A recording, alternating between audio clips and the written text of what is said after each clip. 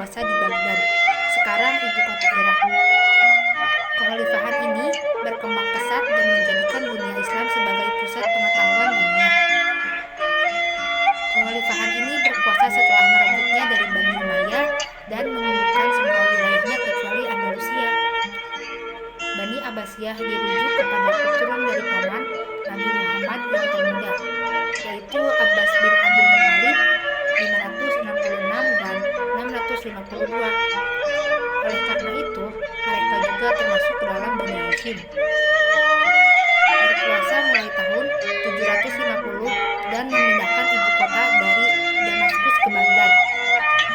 Berkembang selama 3 abad, tetapi pelan-pelan meredup setelah naiknya bangsa Turki yang sebelumnya merupakan bagian dari tentara kekhalifahan yang mereka bentuk dan dikenal dengan nama Mamluk.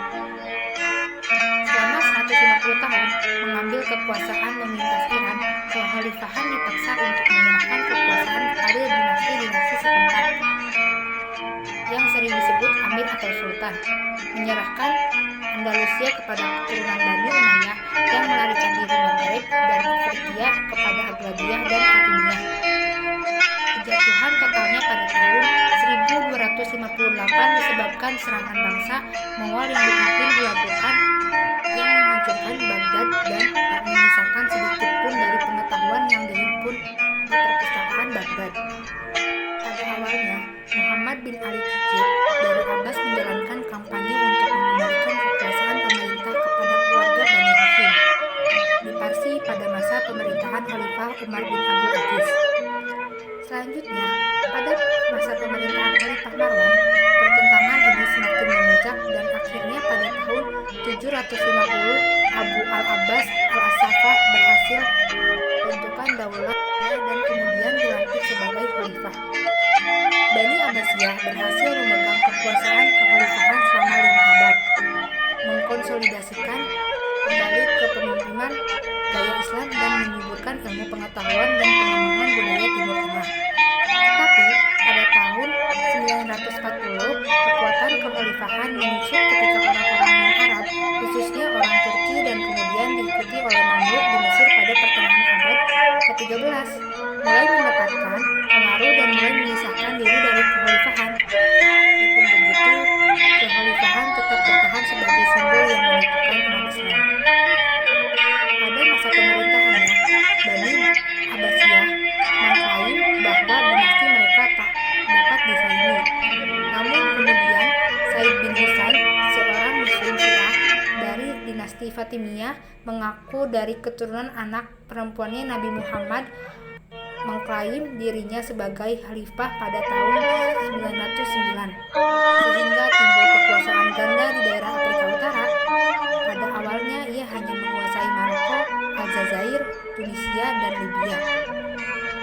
Namun kemudian ia mulai memperluas daerah kekuasaannya sampai ke Mesir dan Palestina. Sebelum akhirnya Bani Abbasiyah berhasil merebut kembali daerah yang sebelumnya telah mereka kuasai dan hanya menyisakan Mesir sebagai daerah kekuasaan Bani Fatimiyah. Dinasti Fatimiyah kemudian runtuh pada tahun 1171. Sedangkan Bani Umayyah bisa bertahan dan terus memimpin komunitas muslim di Spanyol. Kemudian mereka mengklaim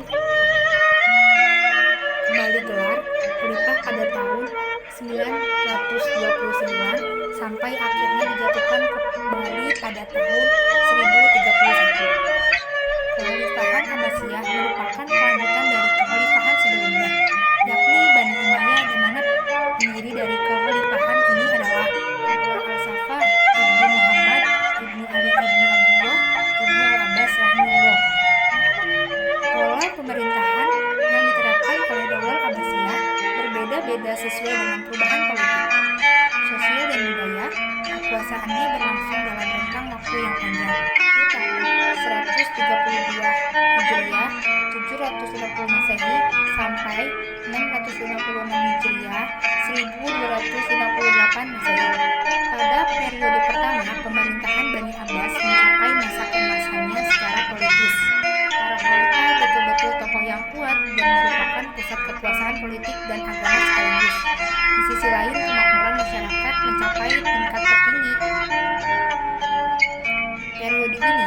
juga berhasil menyiapkan landasan bagi perkembangan filsafat dan ilmu pengetahuan dalam Islam.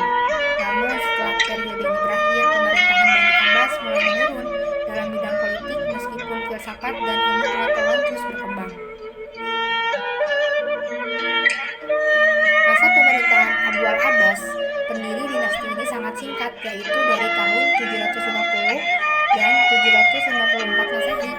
Selanjutnya digantikan oleh Abu Ja'far al-Mansur 754-775 Masehi yang keras menghadapi lawan-lawannya terutama dari Bani Umayyah, Khawarij dan juga Syiah. Untuk memperkuat kekuasaannya, tokoh-tokoh besar yang mungkin menjadi saingan baginya satu persatu disingkirkannya. Abdullah bin Ali dan Shalih bin Ali, keduanya adalah pamannya sendiri yang ditunjuk sebagai gubernur oleh khalifah sebelumnya di Syria dan Mesir. Dibunuh karena tidak bersedia. Membuatnya Al-Mansur memerintahkan Abu Muslim al-Khurasani melakukannya dan kemudian menghukum mati Abu Muslim al-Khurasani pada tahun 755 Masehi karena dikhawatirkan akan menjadi pesaing baginya. Pada mulanya ibu kota negara adalah Al-Hasimiyah dekat Kufah, namun untuk lebih memantapkan dan menjaga stabilitas negara yang baru berdiri itu, Mansur memindahkan ibu kota negara ke kota yang baru di namanya Baghdad dekat bekas ibu kota Persia, Ctesiphon, tahun 762 Masehi. Dengan demikian, pusat pemerintahan dinasti Bani Abbas berada di tengah-tengah bangsa Persia. Di ibu kota yang baru ini, Al-Mansur melakukan konsolidasi dan penerbitan pemerintahannya, di antaranya dengan membuat semacam lembaga eksekutif dan yudikatif. Di bidang pemerintahan, dia menciptakan tradisi baru dengan mengangkat wazir sebagai koordinator dari kementerian yang ada. Wazir pertama yang diangkat adalah Khalid bin Barmak, berasal dari Persia. Dia juga membentuk lembaga protokol negara, sekretaris negara, dan kepolisian negara. Di samping membenahi angkatan bersenjata, dia menunjuk Muhammad ibnu Abdurrahman sebagai hakim pada lembaga kehakiman negara. Lewatan pos yang sudah ada sejak masa dinasti Bani Umayyah, ditingkatkan peranannya dengan tambahan tugas. Kalau dulu hanya sekedar untuk mengantar surat, pada masa Al-Mansur, jawatan pos ditugaskan untuk menghimpun seluruh informasi di daerah-daerah sehingga administrasi kenegaraan dapat berjalan lancar. Para direktur jawatan pos bertugas melaporkan tingkah laku gubernur setempat kepada khalifah. Khalifah Al-Mansur berusaha menaklukkan kembali daerah-daerah yang sebelumnya membebaskan diri dari pemerintah pusat dan memantapkan keamanan di daerah perbatasan. Antara usaha-usaha tersebut adalah merebut benteng-benteng di Asia kota Malatya, wilayah Kappadokia dan Sisilia pada tahun 756-758 Masehi. Utara barat centralnya melintasi pegunungan Taurus dan mendekati Selat Bosporus. Di pihak lain, dia berdamai dengan Kaisar Konstantinopel selama gencatan senjata 758 dan 765 Masehi. Bizantium membayar upeti tahunan. Bala tentaranya juga berhadapan dengan pasukan Turki Khazar di Kaukasus, Bailami, dan Laut Kaspia Turki di bagian lain, Oxus dan India. Dengan demikian, konsep khalifah dalam pandangan dan berlanjut ke generasi sesudahnya merupakan mandat dari Allah, bukan dari manusia, bukan pula sekitar pelanjut nabi sebagaimana pada masa Al-Khulafa Ar-Rasyidun. Di samping itu, berbeda dari daulat Bani Umayyah, khalifah-khalifah Abbasiyah memakai gelar tahta seperti Al-Mansur, dan belakangan gelar tahta ini lebih populer daripada nama yang sebenarnya.